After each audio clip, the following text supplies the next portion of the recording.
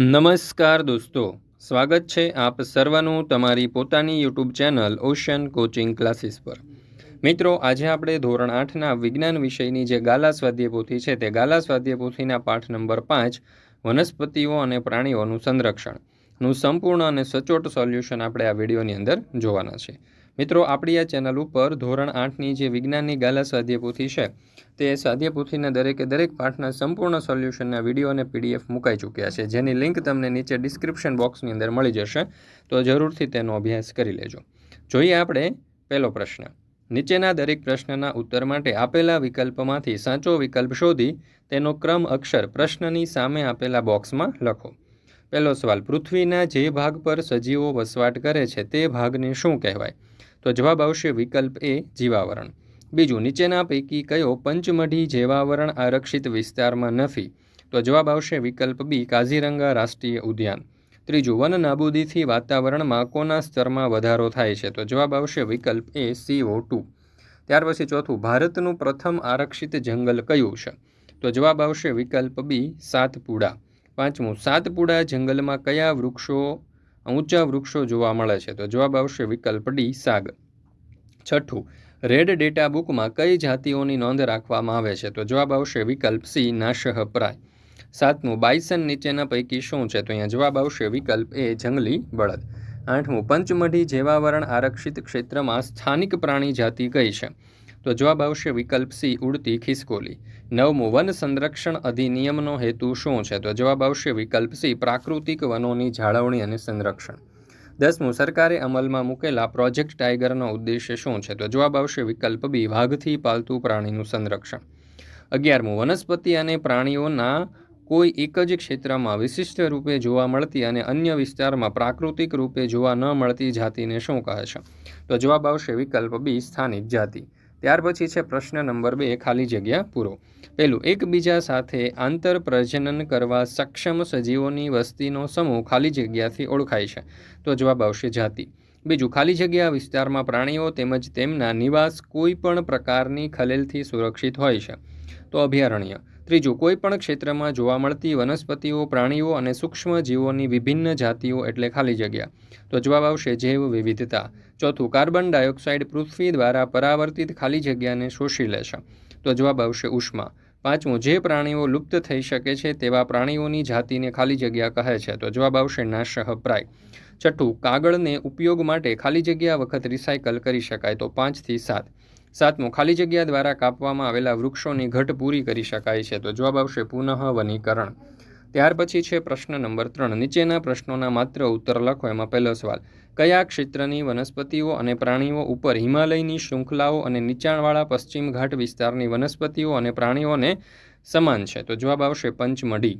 બીજું, વન્ય પ્રાણીઓ માટે સ્વતંત્ર રૂપે નિવાસ અને પ્રાકૃતિક સ્ત્રોતનો ઉપયોગ કરી શકે તેવા આરક્ષિત ક્ષેત્રને શું કહે છે? તો જવાબ આવશે રાષ્ટ્રીય ઉદ્યાન। ત્રીજું, પંચમઢી જીવાવરણ આરક્ષિત વિસ્તાર કયા રાજ્યની ઓળખ છે? તો મધ્યપ્રદેશ। ચોથું, કયા જંગલમાં ઉચ્ચ પ્રકારના સાગ જોવા મળે છે? તો જવાબ આવશે સાતપુડાના। પાંચમું, ઉડીને દૂરના અંતરની લાંબી યાત્રા કરતા પક્ષીઓને શું કહે છે? તો યાયાવર પક્ષી। છઠ્ઠું, જંગલના વૃક્ષ કટાઈ કરેલા વિસ્તારોને ખલેલ પહોંચાડ્યા વગર રહેવા દેતા ત્યાં પુનઃ જંગલ પ્રસ્થાપિત થાય તેને શું કહે છે? તો જવાબ આવશે કુદરતી વનીકરણ। ચોથું, નીચેના વિધાનોમાંથી ખરા વિધાન સામે ખરાની અને ખોટા વિધાન સામે ખોટાની નિશાની કરો। પહેલું, કુદરતી વન નાબૂદીના કારણે વરસાદ અને ભયંકર દુષ્કાળ છે? તો જવાબ આવશે ખોટું। બીજું, વન નાબૂદીથી પ્રાકૃતિક સંતુલન ખોરવાય છે? તો જવાબ આવશે સાચું। ત્રીજું, વૃક્ષોની માત્રા ઘટવાના કારણે ભૂમિનું ધોવાણ વધે છે અને ફળદ્રુપતા ઘટે છે? તો જવાબ આવશે સાચું। ચોથું, પંચમઢી જીવાવરણ આરક્ષિત ક્ષેત્રમાં ભારતીય વિશાળ ખિસકોલી આવવાથી ઉડતી ખિસકોલીના અસ્તિત્વને જોખમ થયું છે? તો ખોટું। પાંચમું, એક જ જાતિના સભ્યો સામાન્ય લક્ષણો ધરાવે છે અને પ્રજનનક્ષમ સંતતિનું નિર્માણ કરી શકે છે? તો જવાબ આવશે ખોટું।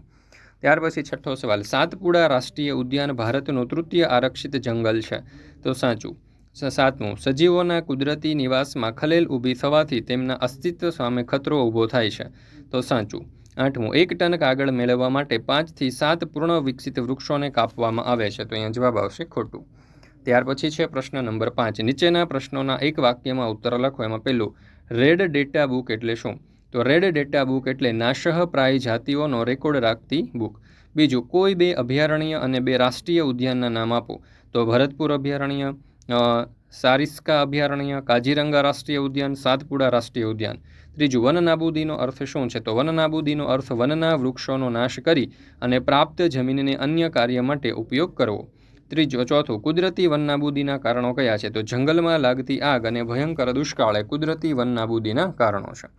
પાંચમું, વન્યજીવ અભયારણ્ય શું છે?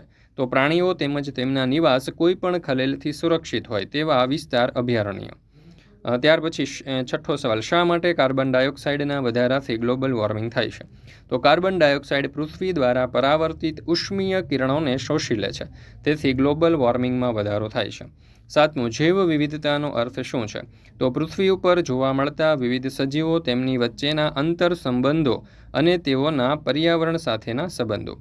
આઠમું, જૈવાવરણ આરક્ષિત વિસ્તાર એટલે શું? તો વન્યજીવો અને તે વિસ્તારના આદિવાસીઓના પારંપરિક જીવન નિર્વાહ માટે વિશાળ સુરક્ષિત વિસ્તારને જૈવાવરણ આરક્ષિત વિસ્તાર કહે છે. નવમું, જાતિ એ કેવા સજીવોની વસ્તીનો સમૂહ છે? તો જાતિ એ એકબીજા સાથે આંતર પ્રજનન કરી શકે એવા સજીવોની વસ્તીનો સમૂહ છે. દસમું, વન્યજીવ અભયારણ્યમાં શાના ઉપર સંપૂર્ણ પ્રતિબંધ છે? તો અભયારણ્યમાં પ્રાણીઓને પકડવા પર તેમજ તેમના શિકાર પર સંપૂર્ણ પ્રતિબંધ છે. 11મું, પચમઢી જૈવાવરણ આરક્ષિત વિસ્તારમાં આવેલા 2 વન્ય પ્રાણી અભયારણ્યોના નામ આપો. તો બોરી અભયારણ્ય અને પંચમઢી અભયારણ્ય. 12મું, પંચમઢી આરક્ષિત વિસ્તારની વનસ્પતિ સૃષ્ટિ જણાવો. તો પંચમઢી આરક્ષિત વિસ્તારની વનસ્પતિ સૃષ્ટિમાં જોઈએ તો સાગ, સાલ, જંગલી આંબો, જાંબુ, હંસરાજ વગેરે છે. 13મું, પંચમઢી આરક્ષિત વિસ્તારની પ્રાણી સૃષ્ટિના કેટલાક પ્રાણીઓના નામ આપો. તો પંચમઢી આરક્ષિત વિસ્તારની પ્રાણી સૃષ્ટિમાં ચિંકારા, નીલગાય, હરણ, ચિત્તલ, દીપડો, જંગલી કૂતરા વગેરે. સ્થાનિક જાતિઓ કોને કહે છે? કોઈ એક જ ક્ષેત્રમાં વિશિષ્ટ રૂપે જોવા મળતી વનસ્પતિઓ અને પ્રાણીઓની એવી જાતિઓ જે અન્ય વિસ્તારમાં પ્રાકૃતિક રૂપે જોવા મળતી નથી તેને સ્થાનિક જાતિઓ કહે છે. 15મું, પ્રોજેક્ટ ટાઈગર શું છે? તો વાઘના સંરક્ષણ દ્વારા વાઘની જાળવણી કરવાની સરકારની યોજનાને પ્રોજેક્ટ ટાઈગર કહે છે. 16મો સવાલ, નાશપ્રાય જાતિ કોને કહે છે? તો જે જાતિના સજીવોની સંખ્યા એક નિર્ધારિત સીમાથી ઓછી થઈ હોય અને લુપ્ત થઈ શકે તેને નાશપ્રાય જાતિ કહે છે. ભારતમાં વન સંરક્ષણ અધિનિયમ શાના માટે છે? તો ભારતમાં વન સંરક્ષણ અધિનિયમ પ્રાકૃતિક વનોની જાળવણી અને સંરક્ષણ માટે છે. પ્રશ્ન નંબર 6, ટૂંક નોંધ લખો. એમાં પહેલું, આપણે જૈવ વિવિધતાનું સંરક્ષણ શા માટે કરવું જોઈએ? તો સજીવ જાતિઓને લુપ્ત થતી અટકાવવા, નિવસન તંત્રની આહાર શૃંખલા અને આહારજાળ જાળવી રાખવા માટે કરવું જોઈએ. બીજું, વન નાબૂદીના કારણો અને તેની અસરો. એમાં કારણોમાં જોઈએ તો ખેતીવાડી માટે જમીનની જરૂરિયાત, રહેઠાણ અને કારખાનાઓ માટે જમીનની જરૂરિયાત, બળતણ અને ફર્નિચર માટે લાકડાનો અમર્યાદિત ઉપયોગ. અસરોમાં જોઈએ તો વાતાવરણમાં CO2નો વધારો, પૃથ્વીના તાપમાન અને પ્રદૂષણમાં વધારો, અને ત્રીજું, વરસાદ અને ભૂમિની ફળદ્રુપતામાં ઘટાડો. ત્રીજું, વન નાબૂદીથી કેવી રીતે વરસાદમાં ઘટાડો થાય છે? તો વન નાબૂદીથી વૃક્ષો ઓછા થતાં પ્રકાશ સંશ્લેષણ ઘટે છે. તેના પરિણામે વાતાવરણમાં CO2નું પ્રમાણ વધે છે. CO2 પૃથ્વી દ્વારા પરાવર્તિત ઉષ્મીય કિરણને શોષી લે છે. પરિણામે ગ્લોબલ વોર્મિંગ થાય છે. પૃથ્વીના તાપમાનના વધારાથી જલચક્રનું સંતુલન ખોરવાય છે. આ રીતે વન નાબૂદીથી વરસાદમાં ઘટાડો થાય છે.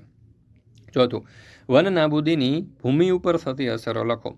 ભૂમિનું ધોવાણ વધે. બીજું, ભૂમિની ફળદ્રુપતા ઘટે. ત્રીજું, ભૂમિની જળ સંગ્રહ ક્ષમતામાં ઘટાડો થાય. ચોથું, ભૂમિના પોષક તત્વોના પ્રમાણ બંધારણ પર વિપરીત અસર થાય. પાંચમું, સુરક્ષિત વિસ્તાર સમજાવી તેમાં શાના ઉપર પ્રતિબંધ છે તે જણાવો. વનસ્પતિઓ અને પ્રાણીઓના સંરક્ષણ માટે તેમના કુદરતી નિવાસોને સુરક્ષિત ક્ષેત્ર જાહેર કરવામાં આવે છે.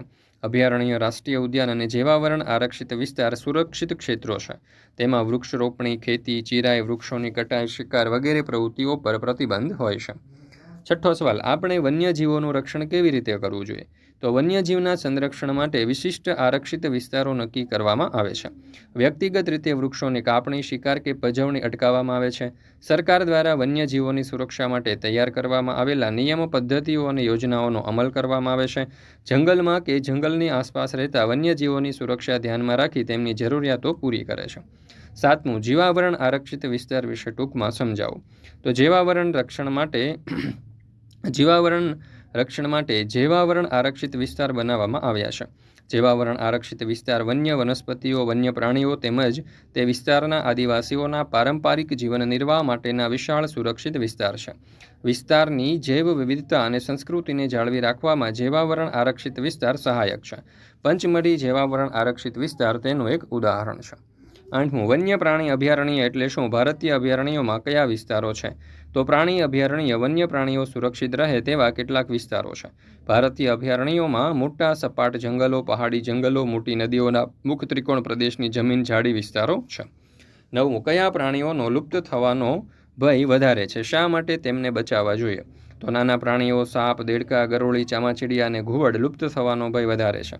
આ પ્રાણી કદમાં નાના છે છતાં નિવસન તંત્રમાં તેનું મહત્વનું યોગદાન છે. તેઓ આહારજાળ અને આહાર શૃંખલાનો ભાગ છે. આપણે તેઓને નિર્દયતાથી મારી નાખીએ છીએ. આ રીતે આપણે આપણી જાતને નુકસાન પહોંચાડીએ છીએ. નિવસન તંત્રમાં તેમના મહત્વને કારણે તેમને બચાવવા જોઈએ. ત્યાર પછી 10મો સવાલ, વન કટાઈ એટલે શું? તેનાથી થતું નુકસાન કેવી રીતે પૂરું કરી શકાય? સમજાવો.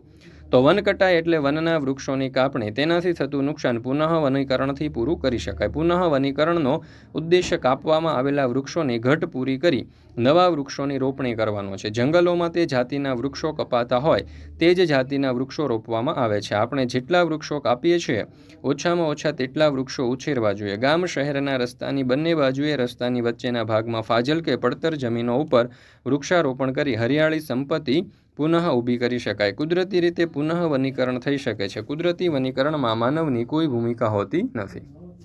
11મો સવાલ, વન અને વન્ય પ્રાણીઓને કેવી રીતે બચાવી શકાય? તો વન અને વન્ય પ્રાણીઓને વ્યક્તિગત પ્રયત્નો તેમજ સમાજના પ્રયત્નોથી બચાવી શકાય. તેમના રક્ષણ માટે સરકારી સંસ્થાઓ કાર્યરત છે. સરકાર તેમની સુરક્ષા અને સંરક્ષણ હેતુ માટે નિયમ, પદ્ધતિઓ અને યોજનાઓ બનાવે છે. જૈવ વિવિધતા ધરાવતા વિવિધ ક્ષેત્રોને સુરક્ષિત ક્ષેત્ર જાહેર કરવામાં આવ્યા છે. જીવાવરણ આરક્ષિત વિસ્તાર વન્ય સજીવો અને તે વિસ્તારના આદિવાસીઓનો પારંપરિક રીતે જીવન નિર્વાહ હેતુ માટેના વિશાળ સુરક્ષિત વિસ્તાર છે. અભયારણ્યોમાં પ્રાણીઓ અને તેમના નિવાસ ખલેલથી સુરક્ષિત હોય છે. રાષ્ટ્રીય ઉદ્યાન વન્ય પ્રાણીઓના સ્વતંત્ર નિવાસ તેમજ કુદરતી સંસાધનોનો ઉપયોગ કરવા માટેના આરક્ષિત ક્ષેત્રો છે.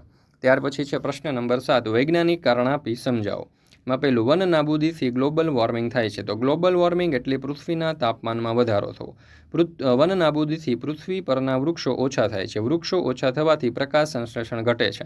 કાર્બન ડાયોક્સાઇડનો ઉપયોગ ઓછો થાય છે. વાતાવરણમાં કાર્બન ડાયોક્સાઇડની માત્રા વધે છે. તે પૃથ્વી દ્વારા પરાવર્તિત ઉષ્મીય વિકિરણોને શોષી તાપમાન વધારે છે. આમ વન નાબૂદીથી ગ્લોબલ વોર્મિંગ થાય છે. બીજું, પ્રોજેક્ટ ટાઈગર દ્વારા વાઘની સંખ્યામાં વધારો થઈ રહ્યો છે. તો વાઘ જંગલોમાંથી નાશ પામી રહી હોય તેવી જાતિઓમાંની એક હતી. સરકારે વાઘના સંરક્ષણ માટે પ્રોજેક્ટ ટાઈગર અમલમાં મૂક્યો છે. આ પ્રોજેક્ટનો ઉદ્દેશ વાઘના જીવન અને વાઘની વસ્તીની જાળવણી કરવાનો છે. આ પ્રોજેક્ટ દ્વારા વાઘને આરક્ષિત પ્રાણી જાહેર કરી તેના શિકાર ઉપર પ્રતિબંધ મૂકવામાં આવ્યો છે. આ કારણોથી પ્રોજેક્ટ ટાઈગર દ્વારા વાઘની સંખ્યામાં વધારો થઈ રહ્યો છે. ત્રીજું, કાગળનું પુનઃચક્રણ કરવું જોઈએ. તો જોઈએ, 1 ટન કાગળ પ્રાપ્ત કરવા 17 પૂર્ણ વિકસિત વૃક્ષોને કાપવામાં આવે છે. કાગળની બચતથી કપાતા વૃક્ષોની સંખ્યા ઓછી કરી શકાય. ઉપયોગ માટે કાગળને 5 થી 7 વખત રિસાયકલ કરી શકાય. આ કારણોથી કાગળના પુનઃ ઉપયોગ અને રિસાયકલથી વૃક્ષો બચાવી શકીએ છીએ. ત્યાર પછી છે પ્રશ્ન નંબર 8, તફાવતના 2 મુદ્દા લખો. વન્ય પ્રાણી અભયારણ્ય અને જીવાવરણ આરક્ષિત વિસ્તાર. એમાં વન્ય પ્રાણી અભયારણ્ય વન્ય પ્રાણીઓને તેમના કુદરતી નિવાસમાં સુરક્ષિત અને સંરક્ષિત રાખવા માટેના વિસ્તારને વન્ય પ્રાણી અભયારણ્ય કહે છે. જીવાવરણ આરક્ષિત વિસ્તાર તો જે તે ક્ષેત્રની જૈવ વિવિધતા અને સંસ્કૃતિને જાળવી રાખવામાં સહાયક વિસ્તારને જીવાવરણ આરક્ષિત વિસ્તાર કહે છે. વન્ય પ્રાણી અભયારણ્યમાં જોઈએ તો તેમાં પ્રાણીઓને પકડવા કે તેમના શિકાર ઉપર પ્રતિબંધ હોય છે. તેમાં અન્ય ઘણા અભયારણ્ય અને રાષ્ટ્રીય ઉદ્યાન સમાયેલા હોય છે. બીજું, નાશપ્રાય જાતિ અને લુપ્ત જાતિ. તેમાં પ્રાણીઓને બંધનાવસ્થામાં રાખવામાં આવે છે. અને બીજો મુદ્દો, તેમાં કુદરતી વસવાટની સમકક્ષ કૃત્રિમ વસવાટ પૂરા પાડવામાં આવે છે. લુપ્ત જાતિ, તેમાં પ્રાણીઓ મુક્ત છૂટા હોય છે અને તે કુદરતી વસવાટ છે. ચાલો, ત્યાર પછી છે પ્રશ્ન નંબર 9, જોડકા જોડો. એમાં છે કાજીરંગા, એમાં જોડીશું વિકલ્પ બી રાષ્ટ્રીય ઉદ્યાન સાથે. ગ્રેટ નિકોબારને જોડીશું વિકલ્પ સી બાયોસ્ફિયર રિઝર્વ સાથે. લોકચાવને આપણે જોડીશું વિકલ્પ ડી વન્યજીવ અભયારણ્ય સાથે. અને પશ્ચિમ ઘાટને જોડીશું વિકલ્પ ઈ સમૃદ્ધ જૈવ વિવિધતા સાથે. ચાલો, ત્યાર પછી છે બીજું અભયારણ્ય. તો અભયારણ્યને આપણે જોડીશું વિકલ્પ સી પ્રાણીઓ અને તેમના નિવાસ ખલેલથી સુરક્ષિત. રાષ્ટ્રીય ઉદ્યાનને જોડીશું આપણે વિકલ્પ એ પર્યાવરણના સંપૂર્ણ નિવસન તંત્રના સંરક્ષણ સાથે. પ્રાણી સંગ્રહાલયને જોડીશું વિકલ્પ ડી પ્રાણીઓને રક્ષણ અને પોષણ મળે સાથે. ત્યાર પછી જીવાવરણ, એને આપણે જોડીશું વિકલ્પ ઈ સજીવોના વસવાટ સૂચવતો ભાગ. ત્યાર પછી છે પ્રશ્ન નંબર 10, નીચેના પ્રશ્નોના મુદ્દાસર ઉત્તર લખો. એમાં પહેલું, વન નાબૂદીના પરિણામો. તો અહીંયા તમે જોઈ શકો છો 4 ગુણનો પ્રશ્ન છે. વનનાબૂદીના પરિણામો આપણે અહીંયા દર્શાવેલા છે. ત્યાર પછી બીજો સવાલ, પંચમઢી જીવાવરણ આરક્ષિત વિસ્તાર સમજાવો.